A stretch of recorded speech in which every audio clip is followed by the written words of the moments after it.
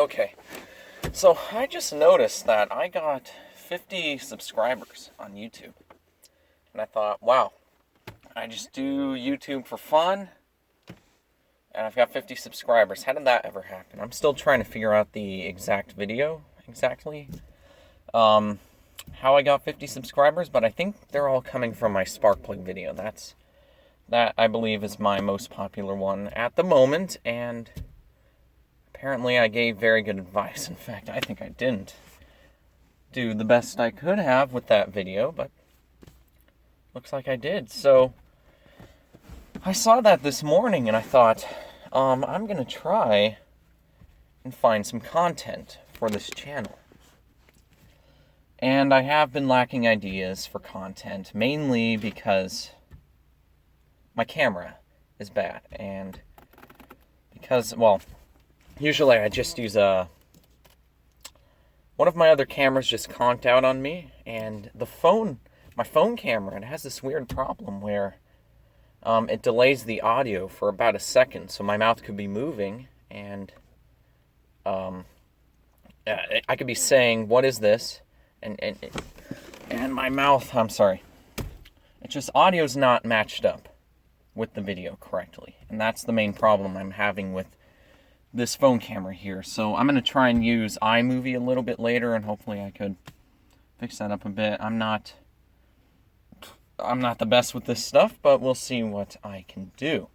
So anyways, the deal with the Golf, it's been having a lot of problems recently. First, it would shut off on me in the middle of major streets.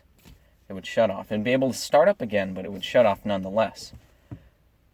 And I'm going to go through the entire timeline of problems the Golf has been having. So it would shut off, and it would, when I'd be accelerating, it would stop accelerating. It's almost as though the engine shut off mid-acceleration, and I'd have my foot on the floor, and all of a sudden, RPMs would reach all the way to 5,000, and it would start accelerating again. So that was something weird there, and I thought at first, I don't know what I was thinking exactly, but I thought it could be the not catalytic converter, but torque converter at first. But then I got some advice that it could be a bad fuel filter. So, took out the fuel filter, and I'm going to have to add, actually I have a video online where it shows me blowing fuel out of the fuel filter and how black it is, but you could check that one out, and lo and behold, it was bad, so I replaced it, and I hoped that would fix it, but it did not.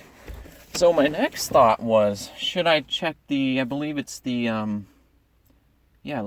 air intake where fuel flows through. Maybe it was depositing a bunch of sediments along the wall of it, and not to mention that the car burns oil, and the oil gets redirected through the same area.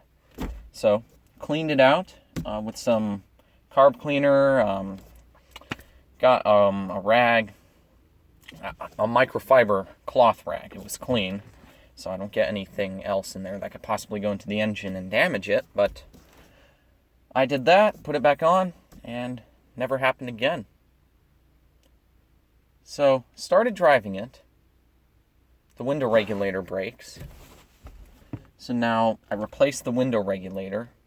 It literally happened right after I did an oil change. So what else happened?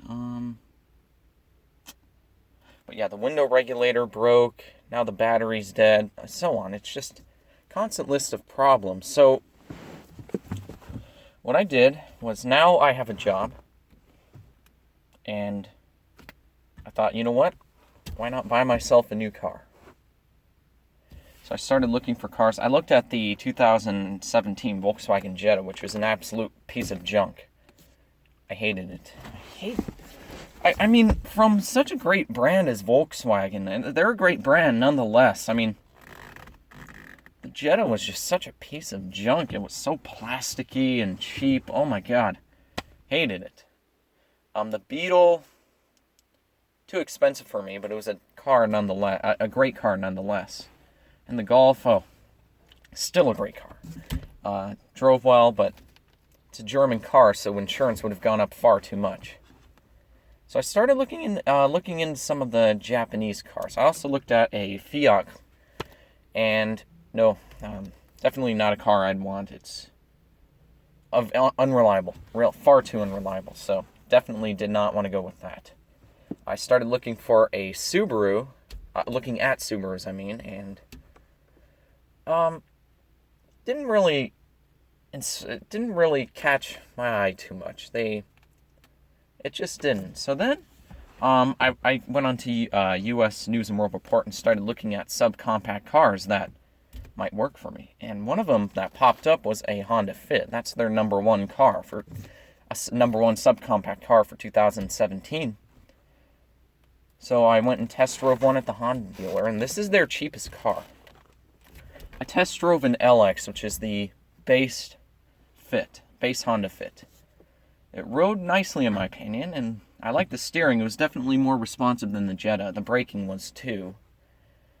And it doesn't have, well, anyways, I thought, you know what? I could afford more than how much this car is worth. Let's try the EX. So, I went for the EX, test drove it, and I thought, oh my gosh. It's a great car. It's got a side view, camera for when I turn on the right turn signal. It's got paddle shifters. It's got Bluetooth, a much larger touchscreen. It's got a CVT. It's just pretty well equipped for it is, and plus, it doesn't feel like a cheap piece of junk like the Jetta. It's got some soft touch material, not as high quality as what you'd find in a Volkswagen or like a Volkswagen Golf, but it's soft touch nonetheless. It has more style to it. It's more appealing to the eye, and that's what I love about it. So I ended up buying myself a red 2017 Honda Fit EX.